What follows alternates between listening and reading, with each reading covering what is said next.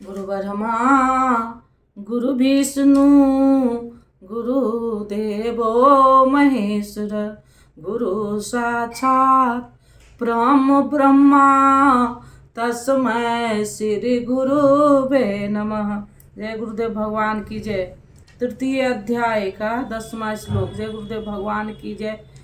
बंधनकारी कर्म है न कि मोक्षद कर्म प्रस्तुत यज्ञ की प्रक्रिया ही कर्म है। अब यज्ञ न बताकर पहले यह बताते हैं कि यज्ञ आया कहाँ से। प्रजापति ब्रह्मा ने कल्प के आदि में यज्ञ सहित प्रजा को रचकर कहा कि इस यज्ञ द्वारा वृद्धि करो, प्राप्त हो यह यज्ञ तुम लोग की, जिसमें अनिष्ट न हो, विनाश रहित इष्ट संबंधी कामना की पूर्ति करेगा।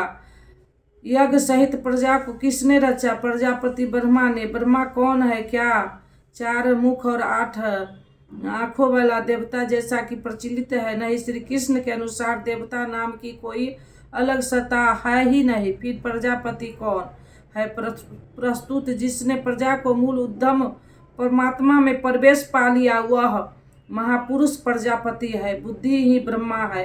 अहंकार शिव, बुद्धि अज, मन शशि, चित्त महान। रामचरितमानस में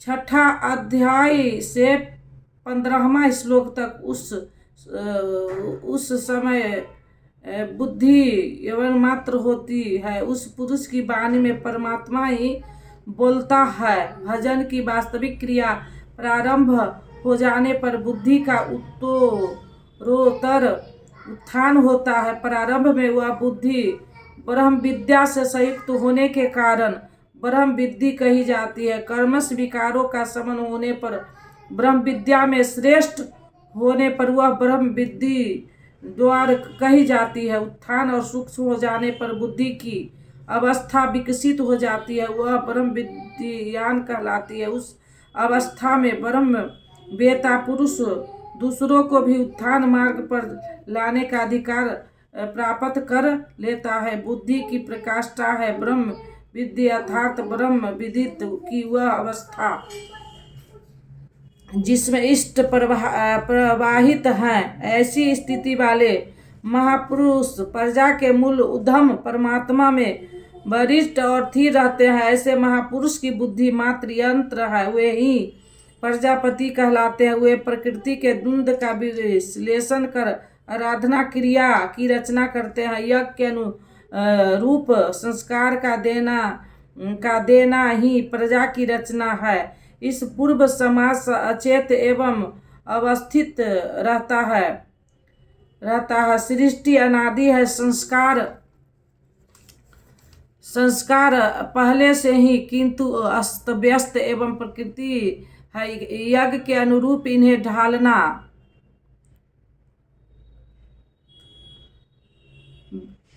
अस्त व्यस्त एवं विकृत है। यज्ञ के अनुरूप इन्हें ढालना ही रचना या सजाना है। ऐसे महापुरुष ने कल्प के आदि में यज्ञ सहित प्रजा की रचना की। कल्प के निरोग बनाता है वैद्य, कल्प देते हैं। कोई काया कल्प कराता है, यह क्षणिक शरीर का कल्प है। वास्तविक कल्प तो तब है जब भवभोर से मुक्ति मिल जाए। आराधना का प्रारंभ इस कल्प की शुरुआत है। आराधना पूर्ण हुई तो आपका कल्प पूरा हो गया। इस प्रकार परमात्मा स्वरूप महापुरुष ने भजन के प्रारंभ में यज्ञ सहित संस्कार को सुगंधित कर कहा कि इस यज्ञ से तुम वृद्धि को प्राप्त हो। कैसी वृद्धि? क्या मकान कच्चे से पक्का बन जाएगा? क्या आय अधिक होने लगेगा? नहीं, यज्ञ इष्ट संबंधी कामना की पूर्ति करेगा। इष्ट है परमात्मा। उस परमात्मा के संबंधी कामना की पूर्ति वाला प्रश्न स्वाभाविक है कि यज्ञ सीधे उस परमात्मा की प्राप्ति करा देगा अथवा कर्म से चलकर इस यज्ञ द्वारा देवताओं की उन्नति करो, अर्थात देवी संपत्ति की वृद्धि करो। वे देवता लोग तुम लोग की उन्नति करेंगे। इस प्रकार आपस में वृद्धि करते हुए परम श्रेय, जिसके बाद कुछ भी पाना शेष न रहे, ऐसे परम कल्याण को प्राप्त हो जाओ। जो जो हम यज्ञ में प्रवेश करेंगे, आगे यज्ञ का अर्थ होगा आराधना की विधि। तो हृदय देश में देवी संपत्ति अर्जित होती चली जाएगी। परमदेव एकमात्र परमात्मा है, उसे परमदेव में प्रवेश दिला देने वाली जो संपत्ति है, अंतकरण की ही सजाती प्रवृत्ति है, उसी को देवी संपत्ति कहते हैं। वह परमदेव को संभव करती है, इसलिए देवी संपत्ति कही जाती है, न कि बाहरी देवता, पत्थर, पानी, जैसा कि लोग कल्पना कर लेते हैं। योगेश्वर श्री कृष्ण के शब्दों में उनका कोई अस्तित्व नहीं है। आगे कहते हैं, यज्ञ द्वारा समर्थित देवता देवी संपत्ति आपको इष्ट भोगान ही इष्ट अर्थात आराध्य संबंधी भोगों को देंगे, अन्य कुछ नहीं। वे ही एकमात्र देने वाले हैं, इष्ट को पाने का अन्य कोई विकल्प नहीं है। इन्हें देवी गुणों को भी बढ़ाए एकमात्र देने वाले,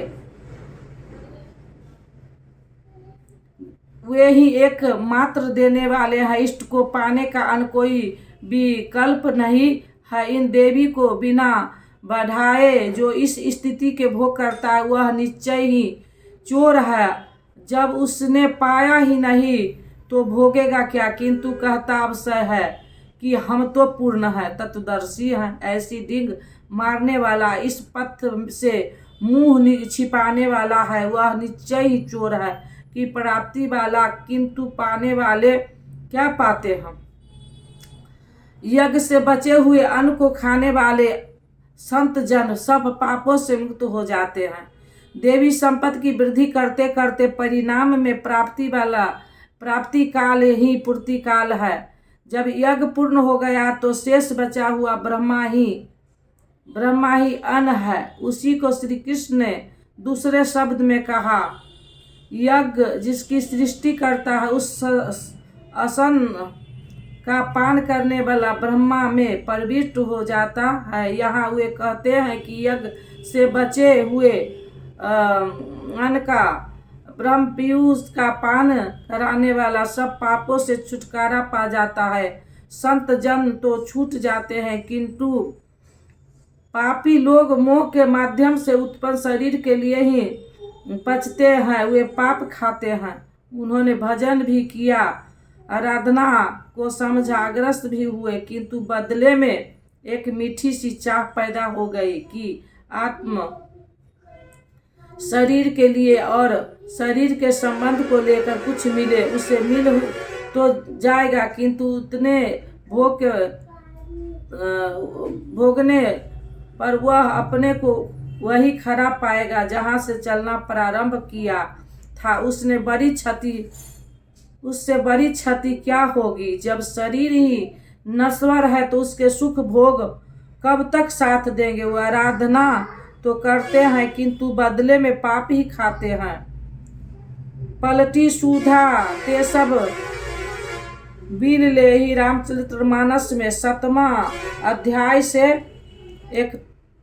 43वां श्लोक में बताते हैं। नष्ट तो नहीं होगा, किंतु आगे नहीं बढ़ेगा। इसलिए श्री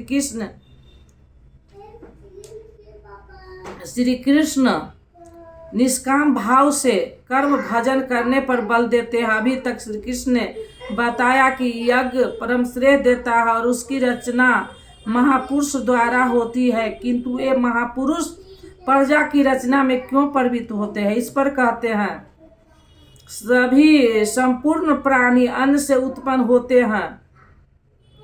अन्न परमात्मा ही है। उस ब्रह्म पीयूष को ही उद्देश्य बनाकर प्राणी यज्ञ की ओर अग्रसर होता है। अन्न की उत्पत्ति वृष्टि से होती है, बादलों से होने वाली वर्षा नहीं। आपूर्ति कृपा वृष्टि पूर्ण संचित यज्ञ कर्म ही इस जन्म में जहाँ से साधक छूटा था, वहाँ से ही इष्ट कृपा के रूप में बरस पड़ता है। आज का आराधना कल कृपा के रूप में मिलेगा। इसलिए विशिष्ट यज्ञ से होता है। स्वाहा बोलने और तिल जो जलाने से ही वृष्टि होती तो विश्व की अधिकांश मरुभूमि उसर क्यों रहती, उसरा बन जाती। यही कृपा वृष्टि यज्ञ की देन है। यह यज्ञ कर्मों से उत्पन्न होने वाले हैं, कर्म से यह पूर्ण होता है।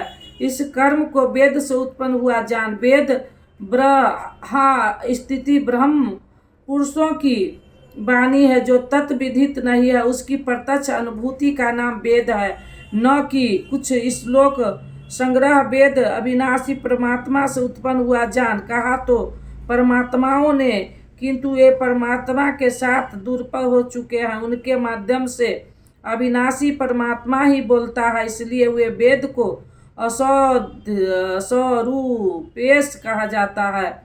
महापुरुष वेद कहाँ से पा गए, तो वेद अविनाशी परमात्मा से उत्पन्न हुआ। वे महापुरुष उसके तरह द्रुप है, वे मात्र यंत्र है, इसलिए उनके द्वारा वही बोलता है, क्योंकि यज्ञ के द्वारा ही मन के निरोध काल में वह विदित होता है। इससे सर्वव्यापी परम अक्षर परमात्मा सर्वदा यज्ञ में ही प्रतिष्ठित है। यज्ञ ही उसे पाने का एकमात्र उपाय है, इसी पर बल देते हैं। जय गुरुदेव भगवान। हे पार्थ, जो पुरुष इस लोक में मनुष्य शरीर प्राप्त कर उस प्रकार चलयमान हुए साधक चक्र के अनुसार नहीं बरतता था, देवी संपद का उत्कर्ष, देवताओं की वृद्धि और परस्पर वृद्धि के द्वारा अक्षय धाम को प्राप्त करना, इस कर्म के अनुसार जो नहीं बरतता, इंद्रियों के आराम चाहने वाला, वह पपाई पुरुष व्यर्थ ही जीता है। बंधुओं, योगेश्वर श्री कृष्ण ने अध्याय 2 में कर्म का नाम लिया और इस अध्याय में बताया कि नियत कर्म का आचरण कर। यज्ञ की प्रक्रिया ही कर्म है, इसके सिवाय जो कुछ किया जाता वह इसी लोक का एक बंधन है। इसलिए संग दोष से अलग रहकर इस यज्ञ की पूर्ति के लिए कर्म का आचरण कर। उन्होंने यज्ञ की विशेषताओं पर प्रकाश डाला और बताया कि यज्ञ की उत्पत्ति ब्रह्मा से है। प्रजा अन्न को उद्देश्य बनाकर उस यज्ञ में प्रवृत्त होती है। यज्ञ कर्म से और कर्म पौरुषय वेद से उत्पन्न होती है, जबकि वेदांत मंत्रों के दृष्टा महापुरुष ही थे। उनका पुरुष तिरोहित हो चुका था, प्राप्ति के साथ अविनाशी परमात्मा ही शेष बचा था, इसलिए वेद परमात्मा से उत्पन्न है। सब व्यापी परमात्मा यज्ञ में सर्वथा प्रतिष्ठित है। इस साधक चक्र के अनुसार जो नहीं बरतता, उपपायु पुरुष इंद्रियों का सुख चाहने वाला व्यर्थ ही जीता है। अर्थात यज्ञ ऐसी विधि विशेष है जिसमें इंद्रियों का आराम नहीं है, अपूर्ति अक्षय सुख है। इंद्रियों के संयम के साथ इसमें लगने का विधान है। इंद्रियों का आराम चाहने वाला पपायु है। अभी तक श्री कृष्ण ने नहीं बताया कि यज्ञ है क्या, परंतु क्या यज्ञ करते ही रहेंगे या इसका कभी अंत भी होगा। इस पर योगेश्वर कहते हैं, परंतु जो मनुष्य आत्मा में ही रत, आत्मतृप्त और आत्मा में ही संतुष्ट है, उसके लिए कोई कर्तव्य नहीं रह जाता। यही तो लक्ष्य था। जब अव्यक्त सनातन अविनाशी आत्म तत्व प्राप्त हो गया तो आगे ढूंढे किसे। ऐसे पुरुष के लिए न कर्म की आवश्यकता है न किसी आराधना की। आत्मा और परमात्मा एक दूसरे के परायण है, इसी का पुनः चिंतन करते हैं। इस संसार में उस पुरुष का कर्म किए जाने से कोई लाभ नहीं और न छोड़ देने से कोई हानि है, जबकि पहले